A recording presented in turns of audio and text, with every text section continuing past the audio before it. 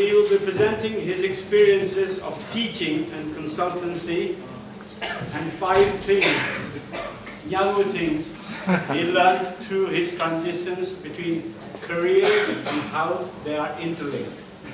Please go. Oh, thank you. You have 20 minutes. After 15 minutes, I give you this message. I highly doubt it. 15 minutes. I'm feeling a little bit under the weather, so apologies.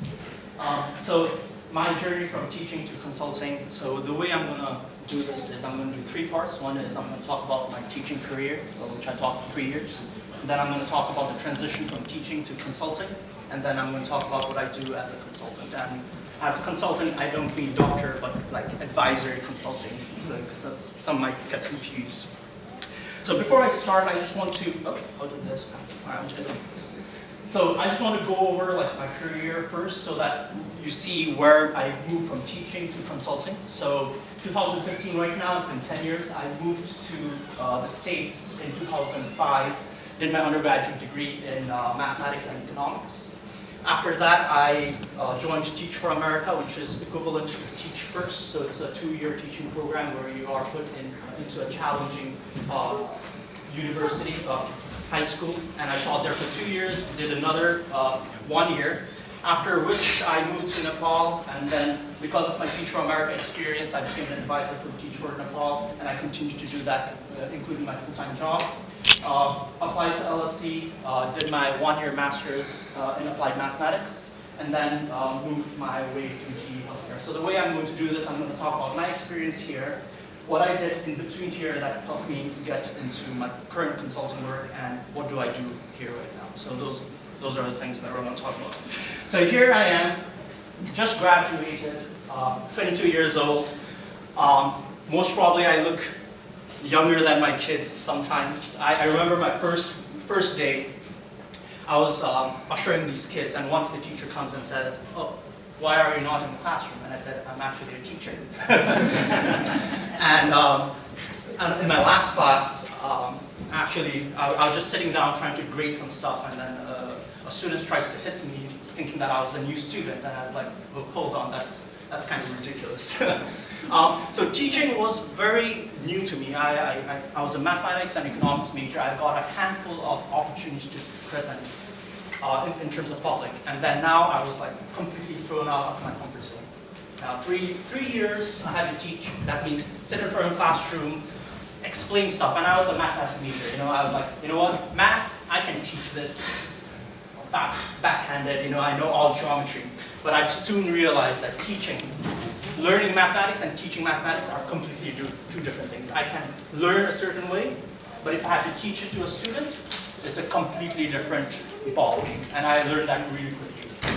One thing that was really hard for me as a teacher was understanding the locus of control, the concept of locus of control. What that means is that for me, because I was in a very challenging environment, there are so many flapping going around behind us, right? And for me, as a teacher, I need to focus. And I need to focus on things that I could influence, not things that I could not influence. So that's one thing that I learned really quickly as a teacher, is to focus on things that really matter, that you can influence, and not worry about things that don't matter.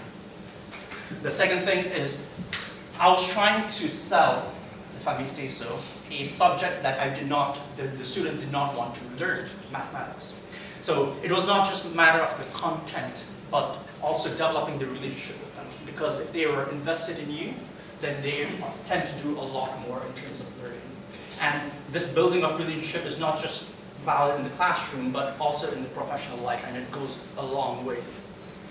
So there I was, 22 years old, trying to teach geometry. And after 3 years of teaching, I had my students graduate, which was one of the best experiences in my life. So 2 things I want you to remember here that I will follow. One is locus of control and building relationships, including communications. So after that, I moved on. I work for Teach for Nepal, and I'm not going to touch on this. I'm giving another talk at LSE just regarding Teach for Nepal, so if you're interested, I'm more than happy to talk about this later on. So I went to LSE, I moved I had 2 suitcases on when I went to America. I sold everything, went back home, brought 2 suitcases, and here I was in 2013 in the UK. The first thing, there are 4 things that I learned that helped me transition between teaching and getting a job, actually. So the first thing is locus of control. You cannot worry about what the job market is doing. You cannot influence that. What you can influence is the quality of your resume and cover letter. You can influence the experience that you have. You can influence the network that you build so that it helps you. And another thing is being proactive, right? Because one thing that you need to I'm pretty sure you guys already know this, but for me, the recruitment cycle runs 1 year. So you need to apply 1 year ahead of time. And for me, like, the risk of having a 1-year program means that I had to get a job offer before I graduate. And those were the 4 things that I learned.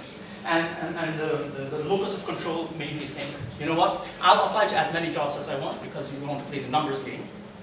But at the same time, you just need 1 acceptance. You can get hundreds of rejections, but the one thing that you want to know is you got an acceptance letter, and that's what matters.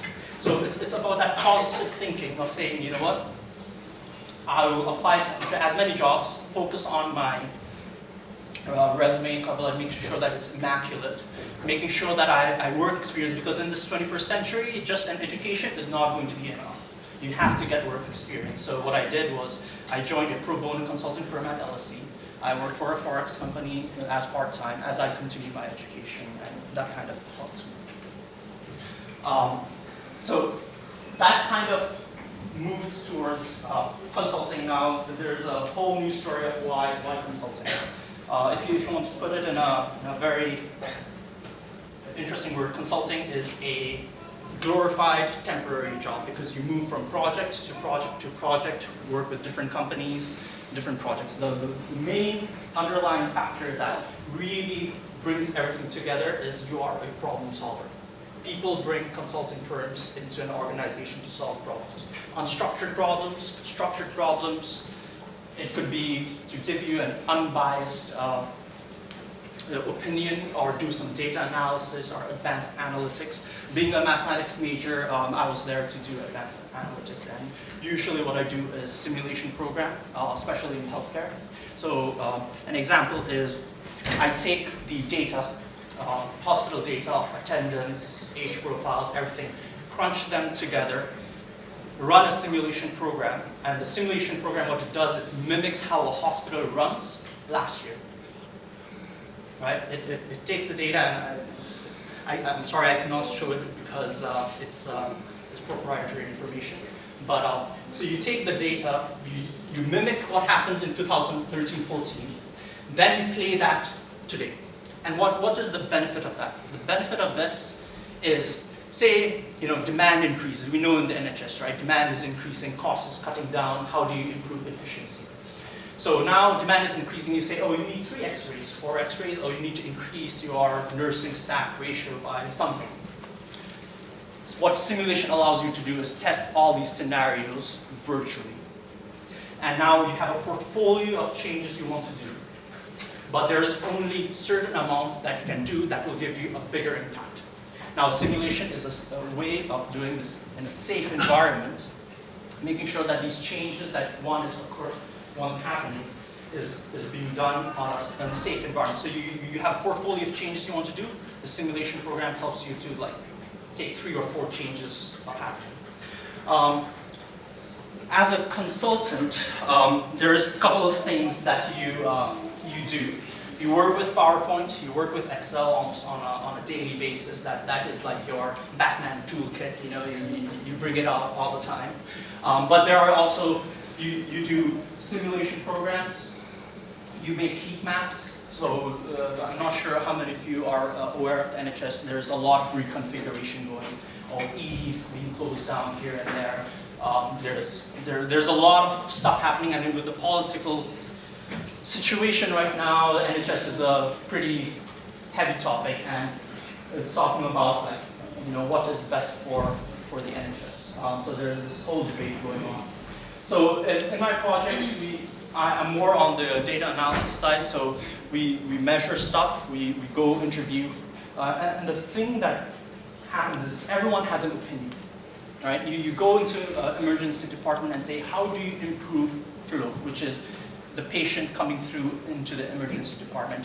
And if you talk to the nurses, they have a view. If you talk to a consultant, an actual consultant, they have a view. You talk to the management level, they have another view. So how do you coherently combine all these snippets of information in a logical manner and figure out which changes to make, right? And so the way we want to do this is data-driven. So what we go there, we collate all these information, and then we measure, right? Because if you cannot measure, how can you improve? So to give you an example of a project, this is one of the hospitals. We went there because they had the 4-hour emergency problem. The 4-hour emergency problem states that in an ED, a patient needs to be seen within 4 hours, 95% of the time. So if they don't meet that target, then the government is like on their back saying, like, why is this not happening? So we went into this hospital and we figured out that, oh, they're not even measuring anything. They don't even know what their statistics is, how many patients they see on a daily basis. And so what we had to do is first, we had to measure stuff. So we created, we created dashboards, KPIs, all of this jazz to say, this is how your hospital is run, at least the emergency department. After that, we had to figure out, there's a little bit of cost involved. So it's like, where are these patients coming from, right? Are these the patients that you should be attracting in your geographical area? Then we use simulation to say, what are the levers you can pull so that you can effectively run your department. So that's an example of a project I'm currently working on. So the last thing, I'm going to make it really quick. I'm not going to take 15 minutes actually. I'll leave for more Q&A because I like it interactive. A typical day for a consultant looks like, depending upon where you're placed. If you're within London, then it's easier, but sometimes you're placed outside of London. So you travel on Monday, and then you work Monday to Thursday. You come back to the base office on Friday, and you have your weekly meetup. Most of my days are spent with clients, talking, unfortunately, and then majority of my time is building simulation models. I think I'll stop there. If you have any questions, I prefer to answer on an interactive basis rather than talk to you, even including my teaching experience. Oh, perfect. 5 minutes. That's perfect.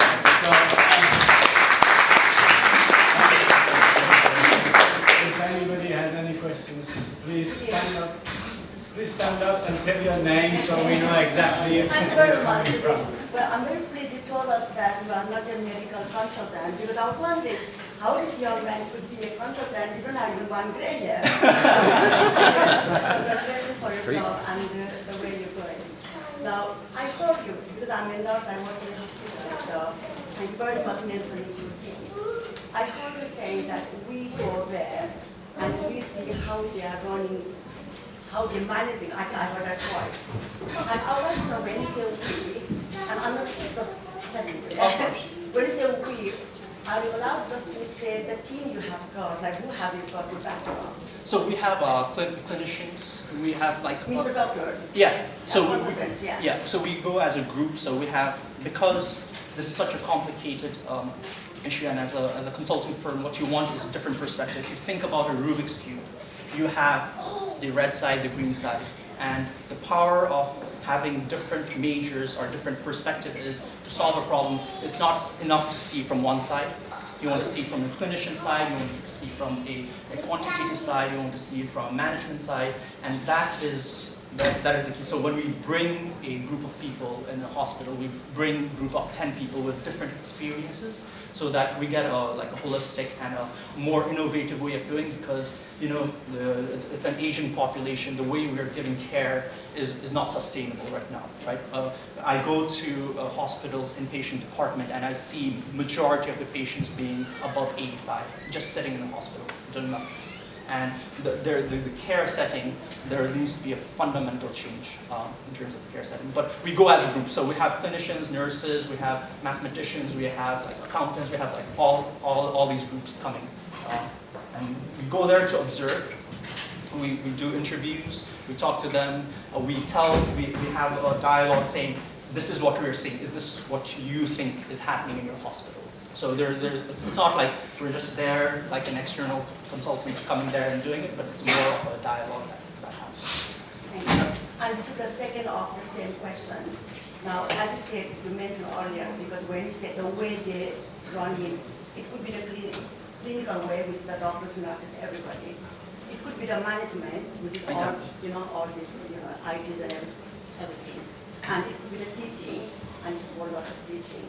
And it could be the care providers. Yeah. So they are all, you have already said, they are all like differentiated. And what do you do with all these informations and how you approach them? I mean, how you go first? I don't think that you just go to a ward. You just go to a doctor and No. how do you do that? Because I'm very interested in what you say. Oh, of course. So basically, because it's really hard to see the big picture, right? You want to see a big picture of what is actually happening, rather than going into a small corner and figuring out like small pieces, trying to solve small pieces. We need to move back and look at it. And what the simulation program helps us do is we literally, if you look at this, this is a map of the hospital that mimics every single unit. Every single unit. So what this helps us does is kind of helps us navigate where to look. So sometimes a problem in, say, the emergency department is a cause of community care on the back end. The community care could be the reason. And it's such a complex issue that it cannot be done in Excel. Right? Excel is a series of multiplication, division, addition, or something happening, but it's a series of multiplication. It does not give you that dynamic view. But like we have data analysis that kind of says, okay, these are possibly the places we want to look for, and then we go and then we interview and we figure it out. So it's a long process. It's never. And one more very kind. What boroughs do you cover, like your team? Yeah. Like have you got a particular boroughs like the? Oh, we work all over the UK. It means do you go to like all those like Epsom side, St. George's side? Yeah. And Lambeth and all that. Yeah. Okay. So I'll go and have a look and find out what you're doing. No problem. Spell your name And what your question is about. I really need to do this now because I want to link. The name. What's the call? No one knows him anyway. No one knows me anymore. My name is Kansakar. I'm a computer programmer, and apparently for the last some 10 years I've been involved in game development. But the interesting thing is I would like to ask a common question to Sudin. Hi Sudin. Thanks for the presentation. And also so much thank you so much for it. Because this is it's going to be a unique question. 10 years ago, I used to teach simulation and modeling in 4 different universities. I taught it for 2 years. So we are like somewhere in the same span. And the interesting thing is, I was involved in supervising a project for engineering students in the last year, which was simulation of T-cell therapy. Right? So HIV patients, what we did in that project was we took the samples of HIV patients and on a computer simulated environment, we developed a tool, so this project is, we simulated an environment where we inject T-cells in the patient's kind of simulated environment, and we see like how long does it take for the HIV patient to actually get better with the percentages decreasing and all that. And like that was 10 years ago. 2003, in this world. So you can imagine what was our situation. We were so excited about that. And what I would like to know here is from the two of you guys, because you use the tools, you use the simulation software. I developed the simulation software, and Sri actually gives us the data from all the kind of clinical environment or whatever. So I would like to know like how effective is the kind of work we do from engineering aspect when you use the tool and when you actually. You also mentioned like you tested this kind of thing in Africa, so many people, but that was a real test. And we're talking about here in a safer environment. How effective is a safer environment kind of test how realistic is the result compared to a real scenario test? Can you give me a kind of... From like we do like whole hospital simulation, and it depends upon the question that the client is asking. So if the client is asking, oh, I want to simulate the theater block system for this hospital, so it's a very granular level simulation. Then you can do a very high level simulation is, I want to know what bed capacity for medical patients we need for this hospital. So it depends upon the granularity of the simulation. There's also various different types of simulation. There's like discrete event, there's agent-based, and I think the one that you're talking about is agent-based right now. The hospitals that we're doing is discrete event simulation. Not to get too much technical, but it is a simulation. It has its assumptions. It is also, you have to run confidence intervals of how accurate the outputs are. And you have to honestly, how would you rate the success of an environment like this? It depends on the quality of the simulation, like the person who does the simulation, if they're given like the right data, because the simulation is derived from the data. Now, we know that sometimes data can be not as good as gives the output. So there are some kinds of like sense checking that needs to go on. Like it cannot just be, here's the output from a formula or a model, we're going to take it for like face value. You need to use common sense to say, like, does that actually make sense?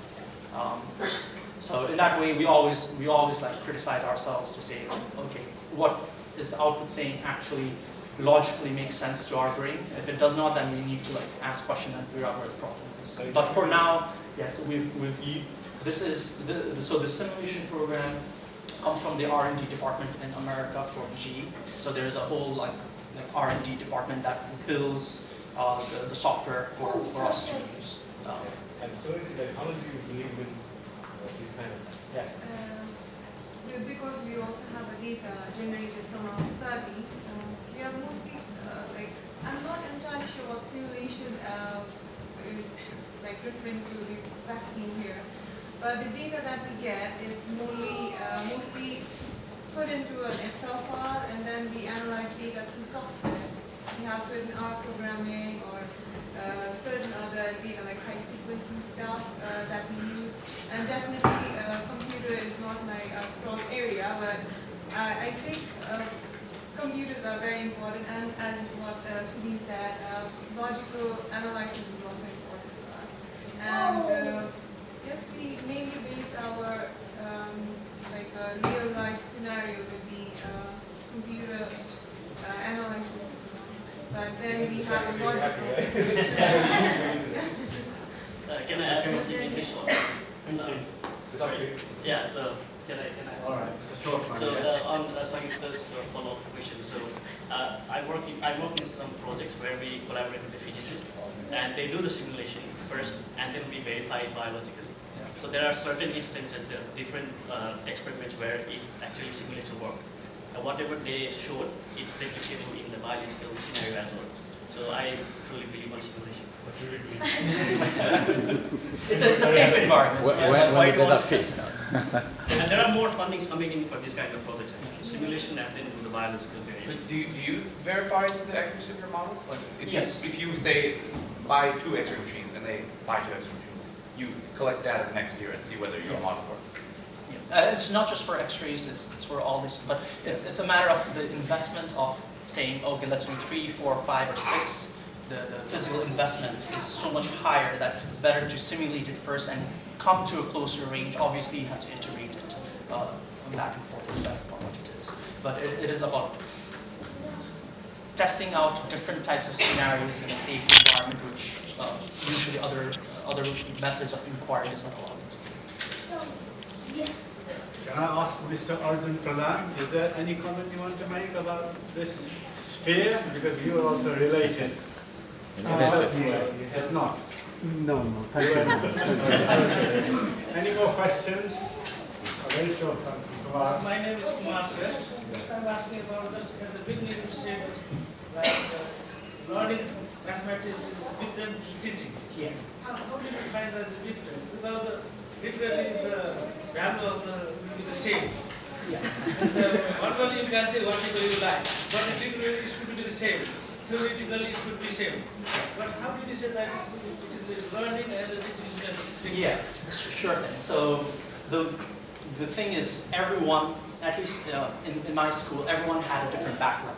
So, for example, it was a very challenging school that some students didn't even know how to subtract negative numbers. That's how bad it was. But a mathematical concept is always the same. That is a given. But the way you teach those and you scaffold, you break that problem down. I could say, okay, you write the formula down, here's a question, you do it again, and you do it again, and you do it again. But that does not really teach critical thinking. As a teacher, there's three things that I do. One is there's the content matter, and then there's also the fact that you want to teach them how to critically think, which means questioning their assumptions. So when I go about teaching, I might learn it on, this is the formula to learn. So for example, solving quadratic equations. You can do it using the quadratic formula, but you can also break it down into two different places. So there's different methods, and different students prefer different ways of learning. There's no one right answer. Obviously the concept is the same, but when I teach them, I cannot just teach them one way. I need to teach them all different ways, and they will choose which one they want to do. So I'll say like, oh, I prefer solving quadratic equations using the quadratic form. I'm not going to teach the rest. I cannot do that. If that makes sense. Okay. I think we have to call it a day. I'm sorry. My hands run out. Yeah. So we'd like to thank Sudin Kansakar for his very informative talk on the consultancy. And if anybody needs any consultancy at any time, we'll be his number to you and we can bring in a consultant.